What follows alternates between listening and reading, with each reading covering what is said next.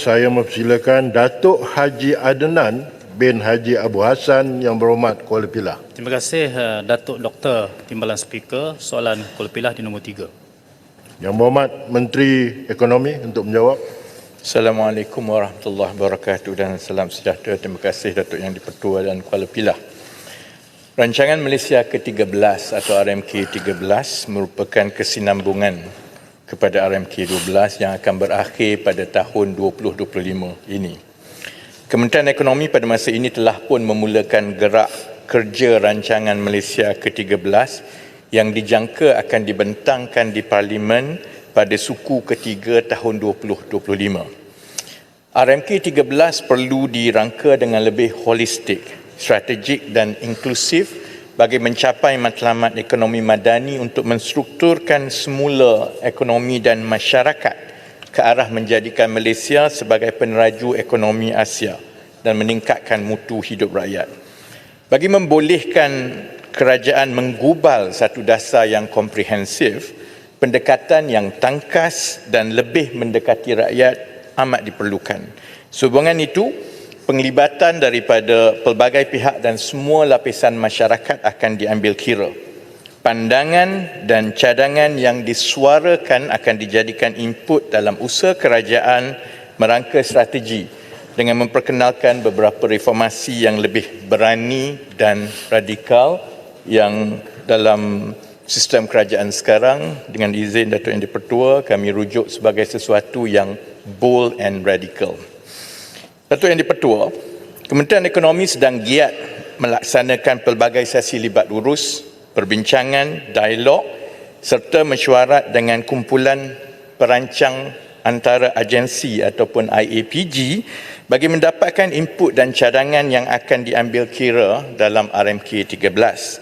Persidangan permulaan RMK-13 telah dianjurkan dengan kerjasama Bank Dunia dan UNDP pada 5 dan 6 September 2024. Persidangan ini merupakan platform untuk berkongsi maklumat dan pengalaman daripada pakar tempatan dan antarabangsa mengenai trend mega, isu dan cabaran sosioekonomi serta strategi yang bersesuaian untuk diambil oleh kerajaan dalam rangka dasar dan hala tuju RMK-13.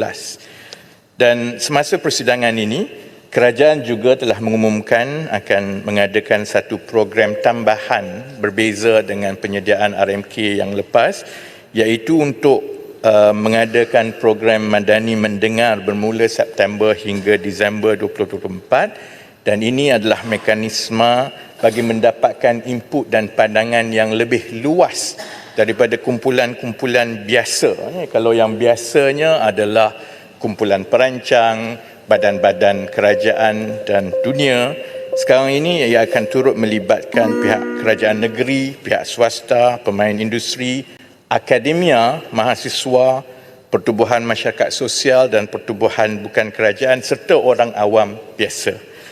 InsyaAllah, Kementerian Ekonomi juga telah melancarkan portal RMK-13 bagi membolehkan rakyat biasa, sesiapa sahaja menyuarakan pandangan dan aspirasi yang perlu diambil kira.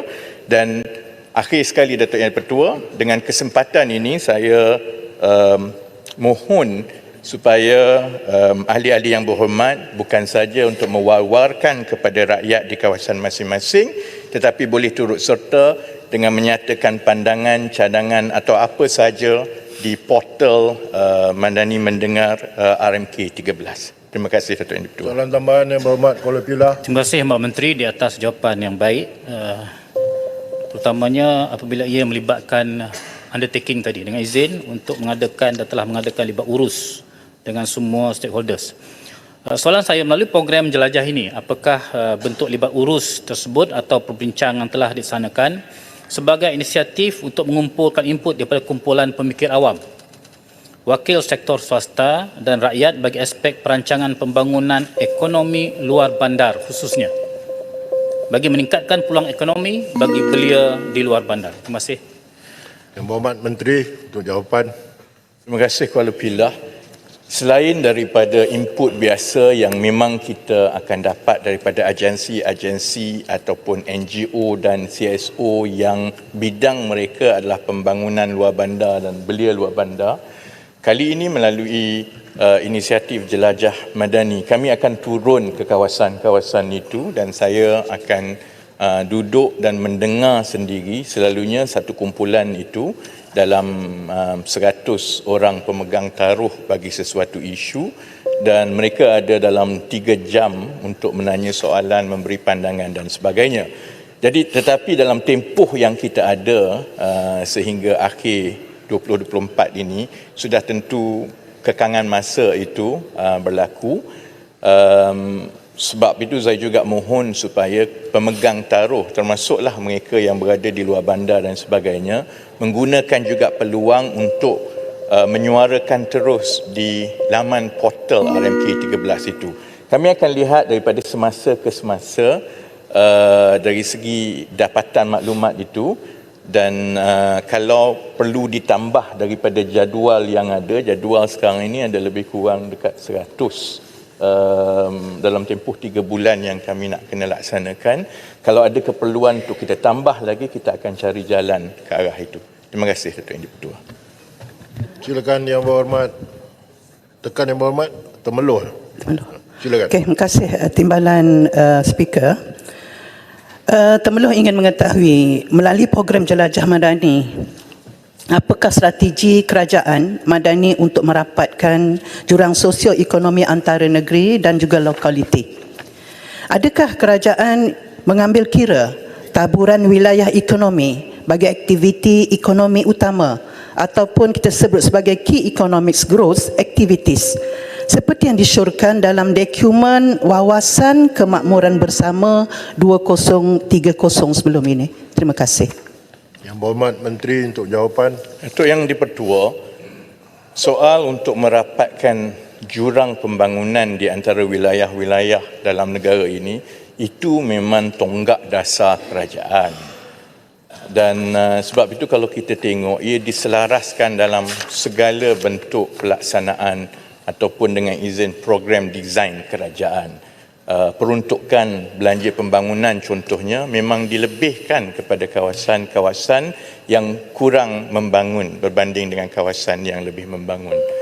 Jumlah penerima dalam program-program meningkatkan pendapatan keluarga ataupun membasmi kemiskinan ataupun bantuan tunai juga dilebihkan kepada penerima daripada kawasan-kawasan yang kurang membangun. Jadi perkara itu memang adalah dasar kerajaan. Yang kita ingin capai di dalam RMK 13 ini ialah supaya penilaian dan perangkaan dasar itu tidak dilihat dari perspektif makro semata-mata di kalangan pemegang taruh di peringkat atas yang membuat dasar. Kita mahu mendengar sendiri daripada kumpulan penerima, contohnya kumpulan nelayan, daripada mahasiswa ataupun daripada anak muda di luar bandar, kerana masalah-masalah ini memang sedia diketahui. Tetapi yang menjadi cabaran kepada kerajaan ialah membangunkan program desain yang betul-betul berkesan dan tidak ada ketirisan. Sebab itu, Jelajah Madani, insya-Allah saya berharap apabila kita mendapat input itu terus daripada penerima dan pemegang taruh yang menjadi penerima program-program ini, dia juga akan memberi perspektif mikro yang membolehkan kita menggarap semua ini untuk memastikan RMK 13 itu bukan sahaja dari segi dasarnya itu betul, tetapi program dan pelaksanaannya itu betul-betul tepat kepada kekangan dan keperluan penerima-penerima di bawah, terutamanya daripada penduduk di kawasan-kawasan yang kurang membangun. Terima kasih, Datuk Yang di-Pertua.